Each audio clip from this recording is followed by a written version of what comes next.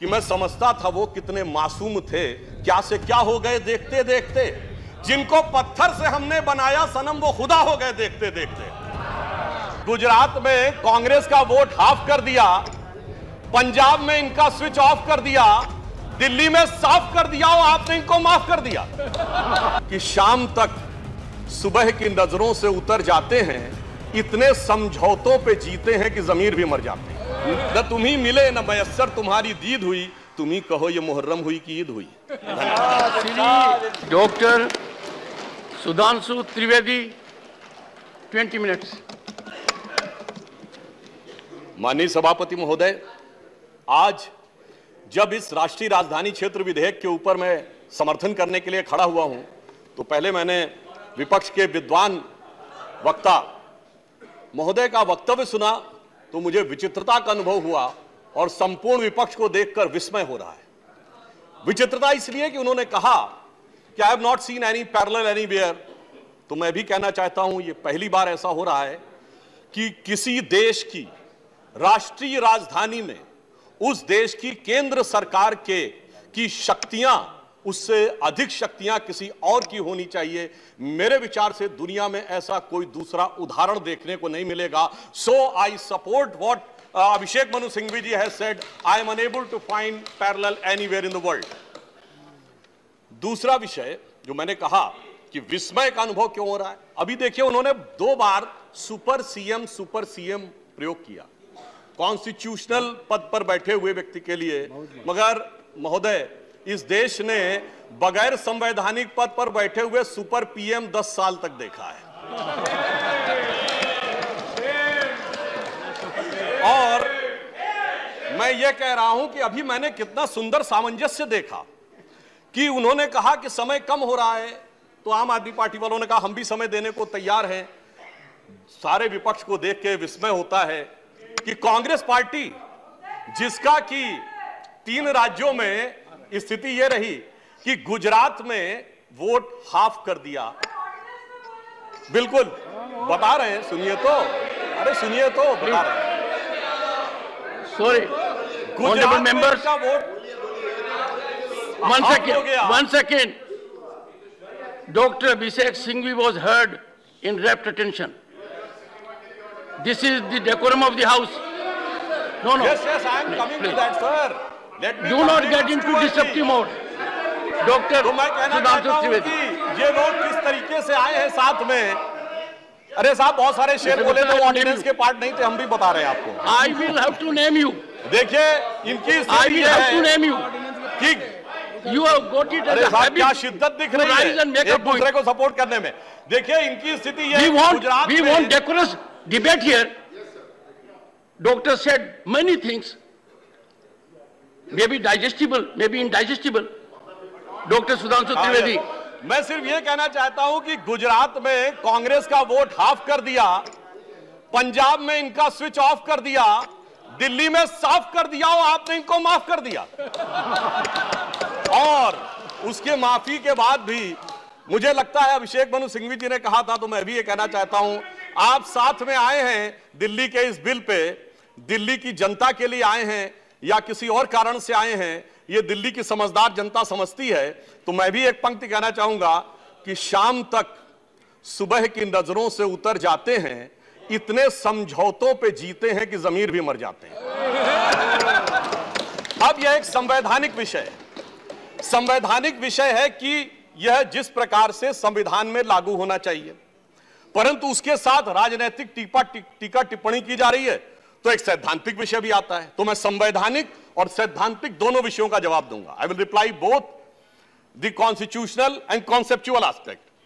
देखिए, माननीय गृह मंत्री जी ने लोकसभा में बहुत स्पष्ट किया था कि दिल्ली पूर्ण राज्य नहीं है, यह एक विशेष श्रेणी का यूनियन टेरिटरी है, यानी विशेष श्रेणी का संघ शासित राज्य है। वैसे मुझे लगता है संघ शब्द आते ही बेचैनी ज्यादा हो सकती है दूसरी तरफ, और संघ शासित से बेचैनी और हो सकती है, इसलिए मैं यूनियन टेरिटरी वर्ड प्रयोग करूंगा। It is a special category of union territory. और वैसे भी आजकल अंग्रेजी के प्रति मोह बहुत ज्यादा है, क्योंकि अपने गठबंधनों का भी नाम अंग्रेजी में ही ज्यादा रखा जा रहा है। संविधान में जो भाग 8 में उल्लिखित, वैसे तो जब मैंने टीवी चर्चा के दौरान कई बार विपक्ष के लोगों से INDIA का हिंदी फुल फॉर्म पूछा तो पहले दिन तो लोग गूगल देख के भी नहीं बता पाए। खैर, अब मैं कहना चाहता हूं कि संविधान के भाग 8 में उल्लिखित प्रावधानों के अनुसार, अरे सुनिए बात, देखिए संविधान के भाग 8 में उल्लिखित प्रावधानों के अनुसार अनुच्छेद 239 से 242 तक संविधान में इस विषय का पूर्ण वर्णन है। अनुच्छेद 239AA में इसका विशेष प्रावधान किया गया है। यदि उसके क्लॉज को 239AA3B को देखें तो संसद को दिल्ली संघ राज्य यूनियन टेरिटरी से संबंधित किसी भी विषय पर कानून बनाने का पूरा अधिकार है। इसमें किसी भी प्रकार का कोई संशय नहीं है। सर्वोच्च न्यायालय के जिस निर्णय का बार बार उल्लेख किया जाता है और हमारे विरोधी उसको अपने हिसाब से प्रयोग करते हैं, उसमें भी बहुत साफ देख लें कि 105 पेज के उस निर्णय में कहीं पर भी सर्वोच्च न्यायालय ने संसद के द्वारा दिल्ली के बारे में कानून बनाए जाने के विषय के ऊपर किसी प्रकार की कोई टिप्पणी नहीं की है। इसके बाद भी न्यायालय के आदेश में पैरा 161 और 162 को कई बार उल्लेख किया जाता है, परंतु यदि पूरे संदर्भ में देखें तो पैरा 86, 95 और पैरा 164F को पढ़ें तो वहां पर संसद के द्वारा दिल्ली के संदर्भ में किसी भी विषय के ऊपर कानून बनाने की शक्तियों का विधिवत अनुमोदन है, कहीं पर निगेशन नहीं है। और स्पष्टता के साथ इसकी आवश्यकता क्यों थी? ताकि शासकीय आदेश को एक विधायी शक्ति भी मिल सके, एग्जीक्यूटिव ऑर्डर को एक लेजिस्लेटिव पावर भी मिल सके।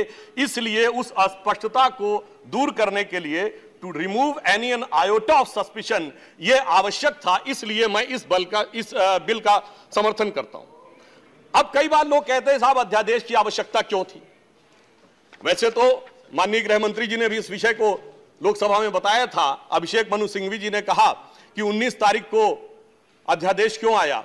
शायद उन्हें ध्यान हो कि दिल्ली सरकार में जैसे ही चंद दिनों में ताकत मिली तो सबसे पहले किन फाइलों के बारे में, सतर्कता के साथ सतर्कता विभाग की फाइलों के बारे में कार्रवाई की गई।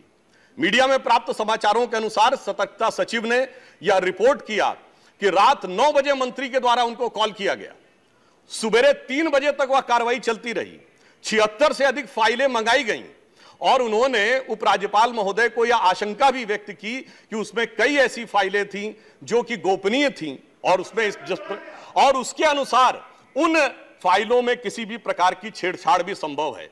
अब मुझे बहुत आश्चर्य होता है कि दिल्ली में बाढ़ आई तो दिल्ली फ्लड कंट्रोल अथॉरिटी की बैठक तो 2 साल से नहीं हुई, मगर विजिलेंस की फाइलें ओवरनाइट सर्च की गई। तो मेरे विचार से, और ये सर 16 और 17 मई की रात का था, तो मानी हुई बात है जब ऐसी परिस्थिति नजर आएगी तो उसके 1-2 दिन के अंदर अध्यादेश की आवश्यकता महसूस होगी। यहां मैं एक और बात भी कहना चाहता हूं कि ब्यूरोक्रेसी पर नियंत्रण की बात आम आदमी पार्टी की सरकार के द्वारा की जाती है, तो ये लोग तो अपनी एक पैरेलल ब्यूरोक्रेसी भी बना चुके हैं। क्योंकि अनेक प्रकार के समाचार पत्रों में आया है कि कई ऐसे लोग जो कि आम आदमी पार्टी के पदाधिकारी हैं, वो सरकारी पदों पर भी विद्यमान हैं और सरकारी पदों पर रहते हुए सरकारी शक्तियों का भी उपयोग कर रहे हैं। वैसे ये लोग बहुत दावा करते हैं कि उन्होंने बहुत सारी चीजें फ्री दिया, कुछ 100 रुपए दिल्ली की जनता को कुछ मामलों में फ्री मिला और अपने लोगों को कई मौकों पे, कई जगहों पे, दर्जनों से ऐसे लोग हैं जिनको लाख लाख 1.5 लाख की तनख्वाहें मिली। और यदि आरोपों को देखा जाए तो करोड़ों रुपए के घोटालों के आरोप हैं। एक कहावत होती है, माले मुफ्त दिले बेरहम। तो मैं कहना चाहूंगा इनकी तो स्थिति यह है कि माले मुफ्त दिले बेरहम, दिल्ली पे सितम और करोड़ों हजम।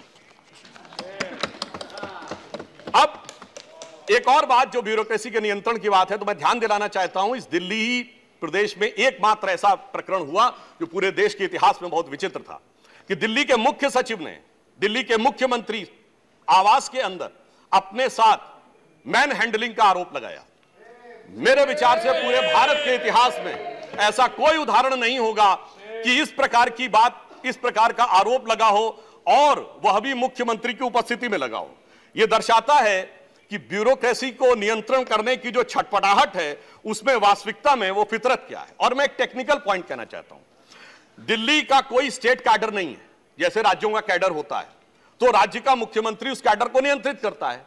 जो आईएएस और आईपीएस अधिकारी होते हुए यूनियन टेरिटरी कैडर में आते हैं जब वो सारे राज्यों में, सारी केंद्र शासित राज्यों में उनका स्थानांतरण हो सकता है, तो मैं आपके माध्यम से विपक्ष से पूछना चाहता हूं कि यदि दिल्ली के एक अधिकारी का ट्रांसफर गोवा होना है और दिल्ली के सीएम की उस पर एब्सोल्यूट अथॉरिटी होगी, तो यह कैसे संभव हो सकता है?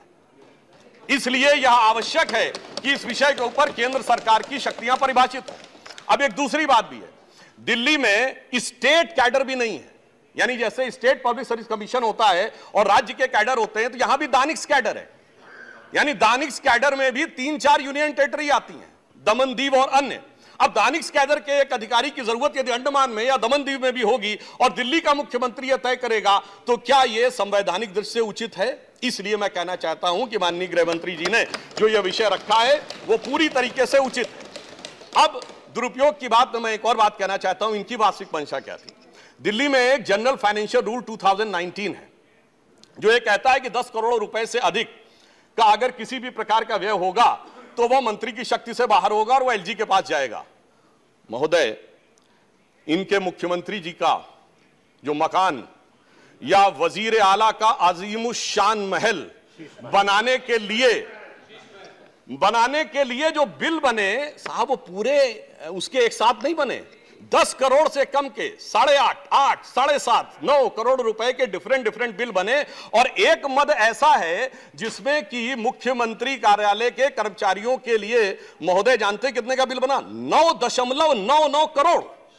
यानी 0.01 से कैसे बचा जा सकता है कि टेंडर न करना पड़े, मन मुताबिक खर्चे कर लिए जाएं। यह दर्शाता है कि नियमों के प्रति और ब्यूरोक्रेटिक नियमों के प्रति इनके मन में क्या आस्था है। और इतना ही नहीं, दिल्ली मेट्रो के लिए तो वृक्ष काटने की परमिशन वर्षों तक नहीं मिलती थी, मगर मुख्यमंत्री आवास के लिए वृक्ष काटने की परमिशन उनको मिल जाती थी। अब इसके साथ मैं एक और बात कहना चाहता हूं, एक नैतिकता, सैद्धांतिकता का सवाल उठाया जाता है। तो मैं कोट करना चाहता हूं कि दिल्ली के मुख्यमंत्री जी ने, जिनका वो आलीशान शीश महल बना हुआ है, उन्होंने 27 अक्टूबर 2013 को शीला दीक्षित जी के विषय में लिखा था ट्वीट, और उनको मैं कोट कर रहा हूं। उन्होंने कहा कि दिल्ली की मुख्यमंत्री शीला दीक्षित जी के घर में 10 एसी लगे हैं, मैंने तो सुना है कि बाथरूम में भी एसी लगे हैं, कौन भरता है इस एसी का बिल? और आगे वो कहते हैं, मेरा तो कलेजा कांप उठता है ये सोचकर कि दिल्ली की 40% जनता झुग्गियों में रहती है, तो कोई मुख्यमंत्री ऐसे आलीशान घर में कैसे रह सकता है? मैं कहना चाहता हूं, देखिए, केजरीवाल जी का कलेजा कापा हो या ना कापा हो, रूह कापी हो ना कापी हो, रूह है क्या है, किसकी रूह है, उस पर मैं टिप्पणी नहीं करना चाहता, मगर मैं एक बात जरूर कहना चाहता हूं कि शीला दीक्षित जी जहां भी होंगे उनकी रूह को बहुत तकलीफ हो रही होगी कि जब उनके ऊपर ऐसी बातें करने वालों के साथ वो सारे लोग आज आकर खड़े हुए होंगे। वैसे महोदय, उनके घर में 10 एसी थे, यहां तो 15 टॉयलेट भी हैं। और इतना ही नहीं, 1-1 करोड़ रुपए के पर्दे भी लगे हुए हैं, और 1 करोड़ रुपए के पर्दे का एस्टीमेट है। और इतना ही नहीं, अब सुनिए, उनके सामने एक दूसरी समस्या हो गई है कि अभी तक जो बातें चल रही थी, अब उनके सामने यह समस्या है कि उन चीजों को कैसे छुपाएं। देखिए, मैं इनके लिए कहना चाहूंगा कि अब उनकी फितरत जग जाहिर हो चुकी है। तो आज आम आदमी पार्टी की स्थिति यह है कि अब जो चेहरे से जाहिर है छुपाएं कैसे, तेरी मर्जी के मुताबिक नजर आए कैसे। अब इस घर को सजाने का तसव्वुर हुआ बात की बात, अब तो मुश्किल है कि इस घर की हकीकत को छुपाएं कैसे।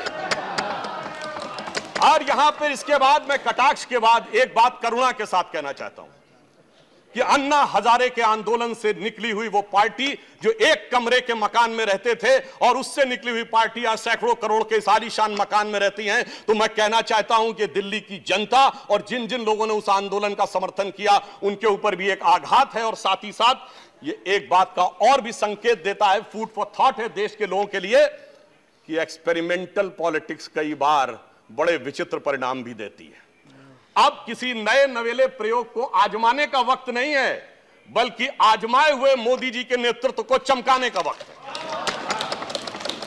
और बहुत से लोग ये कहते हैं, संवैधानिक नैतिकता का प्रश्न उठाते हैं कि अध्यादेश क्यों लाया गया। अध्यादेश के लाने का तात्कालिक कारण मैंने बता दिया, और वैसे मैं अपने विपक्ष के लोगों के सुलभ संज्ञान के लिए बता देना चाहता हूं कि इन लोगों ने कितनी बार अध्यादेश लाए हैं। नेहरू जी की सरकार में 70 बार, इंदिरा जी के जमाने में 77 बार, राजीव जी के समय में 35 बार, नरसिम्हा राव जी के समय में 77 बार, मनमोहन सिंह जी के समय में 61 बार, और जो यूनाइटेड फ्रंट गवर्नमेंट बनी थी भाजपा विरोध में, उसमें 1.5 साल में 77 बार। तो मुझे लगता है अध्यादेश का विषय उठाने से पहले इस अंक गणित को भी देख लेना चाहिए। अब मैं एक और बात कहना चाहता हूं, जो संविधान की दुहाई देते हैं उनके लिए, ये तो वो लोग हैं सभापति महोदय जिनकी संविधान में क्या आस्था है।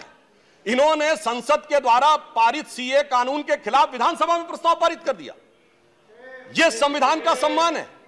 और वो सिटीजनशिप अमेंडमेंट एक्ट था। नागरिकता का विषय तो पूर्ण राज्य का भी विषय नहीं हो सकता, और तो उसके बावजूद दिल्ली सरकार ने पारित कर दिया। तो इसका अर्थ हुआ कि ये जिस प्रकार के कार्य करते हैं उनका संविधान में कोई आस्था नहीं है। और अभिषेक मनु सिंघवी जी अभी कह रहे थे इलेक्टेड गवर्नमेंट, तो मैं याद दिलाना चाहता हूं, after the 72nd and 73rd constitutional amendment there are 3 tier of government, जिसमें एक म्युनिसिपल और जिला पंचायत, एक स्टेट और एक सेंटर। तो मान्यवर, ये तो राजीव गांधी जी लाए थे। तो आपके मन में ना ऊपर वाली इलेक्टेड गवर्नमेंट के लिए सम्मान है, ना नीचे वाली, क्योंकि चंद महीने पहले तक तो ये एमसीडी से भी लड़ते थे और दिल्ली से भी लड़ते थे। तो जब आप कॉन्स्टिट्यूशनल वैलिडिटी की बात करें तो मेरे विचार से तीनों गवर्नमेंट की बात होनी चाहिए, और केंद्र सरकार के संबंध में केंद्र से अधिक संवैधानिक शक्ति इलेक्टेड गवर्नमेंट में इस विषय के ऊपर किसी और की नहीं हो सकती। और मैं एक और बात वेदना के साथ कहना चाहूंगा, ये तो वो लोग हैं जिन्होंने गणतंत्र दिवस की परेड पर भी संवैधानिकता की बात करते हैं, जिस दिन संविधान लागू हुआ उसकी पूर्व संध्या पे प्रदर्शन किया था। महोदय, मैं बताना चाहता हूं, जिस समय इमरजेंसी लगी थी तब भी हमने कभी 15 अगस्त और 26 जनवरी के दिन राजनीति करने का प्रयास नहीं किया। तो वो लोग जब संवैधानिकता की दुहाई देते हैं तो बहुत आश्चर्य लगता है। और जब बार बार यह स्पष्ट किया जा चुका है कि फुल स्टेट नहीं है महोदय, मगर ये फुल स्टेट से भी संतुष्ट होने वाले नहीं है। इन्हें तो सुपर स्टेट चाहिए, और फुल स्टेट से सुपर स्टेट की दौड़ में मुझे डर इस बात का है कि मेंटल स्टेट में भी ना पहुंच जाएं कहीं, तो कोई आश्चर्य की बात नहीं हो सकती है। और यह बात इसलिए कह सकते हैं कि 49 दिनों की वो सरकार, जब कांग्रेस पार्टी ने इनकी पालकी ढोकर सत्ता की दहलीज पहली बार पार कराई थी, उसके द्वारा अगर आप पारित इनका लोकपाल विधेयक देख लें तो उसमें संसद और सुप्रीम कोर्ट और जाने क्या क्या सारी चीजों को एक में मिला लिया गया था। और मैं एक बात और कहना चाहता हूं, ये तो वो पार्टी देश का संविधान छोड़िए, अपनी पार्टी के संविधान में आस्था नहीं रखती। जब आम आदमी पार्टी बनी थी तो उसके संविधान में व्यवस्था थी कि उनका अध्यक्ष या संयोजक 3 वर्ष के लिए होगा और अधिकतम 2 बार होगा। मगर जो मीडिया में प्राप्त समाचारों के अनुसार 3 साल पहले उन्होंने वो संविधान में चेंज कर दिया, यानी अब जीवन पर्यंत या अपनी इच्छा के प्रसाद पर्यंत केजरीवाल जी इस विषय के ऊपर रह सकते हैं। तो मैंने इसलिए कहा ना, अपने संविधान के बारे में बात करिए। और मैं ये भी कहना चाहता हूं कि इन्होंने अपनी कार्यकारिणी में ऐसे भी प्रस्ताव पारित किए हैं संविधान के संदर्भ में कि साहब इनके यहां परिवार के भी कितने लोग काम कर सकते हैं, जो मेरे विचार से बड़ी बड़ी परिवार वाली पार्टियों ने भी कभी अपने पार्टी के प्रस्तावों में इन प्रस्तावों को नहीं पारित किया होगा। और मैं ये भी कहना चाहता हूं कि बहुत आश्चर्य लगता था कि जब ये इंडिया अगेंस्ट करप्शन के स्वरूप से आगे बढ़े थे, तब एक ही पंक्ति में बता देना चाहता हूं, क्योंकि जब आप इसकी बात करते तो क्या क्या नहीं था, कहां से बात शुरू हुई थी, हम राजनीति में नहीं आएंगे, फिर कसम खाते कांग्रेस का साथ नहीं लेंगे, फिर उसके बाद बंगला नहीं लेंगे, फिर शपथ खाते हैं गाड़ी नहीं लेंगे, फिर शपथ खाते हैं सुरक्षा नहीं लेंगे, और आज स्थिति यह है। मैं सिर्फ यह कहना चाहता हूं कि जितनी बातें ये कहते थे वो सारी चीजें आवश्यक हैं, मगर यह दर्शाता है, क्योंकि मैं किसी की सुरक्षा के प्रति खिलवाड़ करने की बात नहीं करता, पंजाब जैसा राज्य संवेदनशील है, वहां के मुख्यमंत्री के पास सुरक्षा होनी चाहिए, परंतु मैं सिर्फ यह कहना चाहता हूं कि यह इस बात में जो कहना चाहते हैं कि इन्होंने कितना बदलाव किया है मान्यवर, इसलिए कभी कभी इनके 10 वर्ष के अंदर चरित्र में इतना बदलाव, ये कहते सबसे जल्दी सत्ता में आए। महोदय, मैं कहना चाहता हूं, भारतीय जनता पार्टी और जनसंघ, हम 1951 बने, हमने 72 साल में कभी कांग्रेस से समझौता नहीं किया, इन्होंने 72 दिन में समझौता किया, तब ये सत्ता में आए। और इसलिए आज दिल्ली की जनता अपने को ठगा हुआ महसूस करती है, और शायद दिल्ली के लोग ये कह रहे होंगे कि मैं समझता था वो कितने मासूम थे, क्या से क्या हो गए देखते देखते, जिनको पत्थर से हमने बनाया सनम वो खुदा हो गए देखते देखते। और मैं एक और बात भी कहना चाहता हूं संक्षेप में। मेरे विचार से इनको अध्यादेश पढ़ना चाहिए, संविधान पढ़ना चाहिए और दिल्ली का अधिनियम पढ़ना चाहिए, क्योंकि अपने को कहते हैं सबसे पढ़े लिखे मुख्यमंत्री। तो मैं ये भी बताना चाहता हूं कि ये सबसे पढ़े लिखे मुख्यमंत्री जो अपने को सबसे हाई क्वालिफिकेशन का नाज रखते हैं, 2-3 उदाहरण उनके ही बता देना चाहता हूं। जिस समय कोविड की वेव चरम के ऊपर थी, तब इन्होंने क्या कहा? इन्होंने कहा कोविड वैक्सीन का फार्मूला सारी कंपनियों को क्यों नहीं दे दिया जाता? मान्यवर, कोविड वैक्सीन तो छोड़िए, पैरासीटामोल जैसी जो दवा भी अमेरिका ने उस समय हमसे मंगाई थी। अब कोई पढ़ा लिखा व्यक्ति ये कह सकता है कि वो चूरन की तरह फार्मूला सबको दे दिया जाए? तो कभी कहते हैं कि यूट्यूब के ऊपर फिल्म क्यों नहीं लाद दी जाती है? अरे भाई, वो सरकार का अधिकार का क्षेत्र नहीं है। और फिर इतना ही नहीं, सिंगापुर में इनको बुलाया, इनविटेशन आता मेयर्स कॉन्फ्रेंस का, तो मुख्यमंत्री होते हुए जाना चाहते हैं। तो मेरे विचार से कम इनको थोड़ा पढ़ना लिखना चाहिए। और एक पढ़ने लिखने पे एक तथ्य मैं जरूर बताना चाहूंगा। जब न्यूयॉर्क टाइम्स अखबार में इनकी तारीफ निकली थी, तो इनके मुंह से निकल गया था कि दुनिया का सबसे बड़ा अखबार, और उसमें इतनी तारीफ निकलवाना आसान नहीं है। वैसे निकलवाना शब्द निकल गया था। मगर मैं पढ़े लिखे मुख्यमंत्री को यह भी बताना चाहता हूं महोदय कि न्यूयॉर्क टाइम्स दुनिया का सबसे बड़ा अखबार नहीं है, वो है यमुनी शिंबुन जापान का। अमेरिका का भी सबसे बड़ा अखबार वो नहीं है, वो यूएसए टुडे।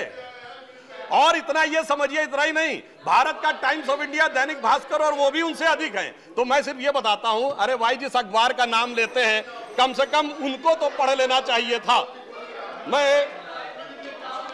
मैं आपको अधिक समय न लेते हुए मैं सिर्फ ये कहना चाह रहा हूं महोदय कि इनको न पढ़ाई से मतलब है, इन्हें न पढ़ाई से मतलब है, न लिखाई से मतलब है, इन्हें तो बस कमाई से मतलब है, और वो भी ऊपर वाली कमाई से। और अंत में मैं कहना चाहता हूं सर, अंत में एक लाइन और कहना चाहता हूं कि आज सब लोग मिले, आम आदमी पार्टी और कांग्रेस एक साथ मिले, भारत की सबसे पुरानी पार्टी, पुरानी धुरानी पार्टी, नई पार्टी, नई नवेली पार्टी, अजब अलबेली पार्टी, सब मिलकर एक हो गए। मगर प्राप्त क्या किया? दोनों ने सिद्धांतों से समझौता किया, और कांग्रेस ने भी इतना सयाना दांव चला कि इन्होंने अगर उनका हाथ पकड़ के दिल्ली अध्यादेश पर समर्थन लिया हो तो अविश्वास प्रस्ताव ले आए, लीड उनको मिल गई। तो इसलिए मैं कहना चाहता हूं अंत में कि इन लोगों को आखिर में क्या प्राप्त हुआ, ये पंक्ति कह के समाप्त करता हूं कि इनको विधेयक भी नहीं मिला और सम्मान भी नहीं मिला, यानी इज्जत भी गई, बात भी नहीं मिली।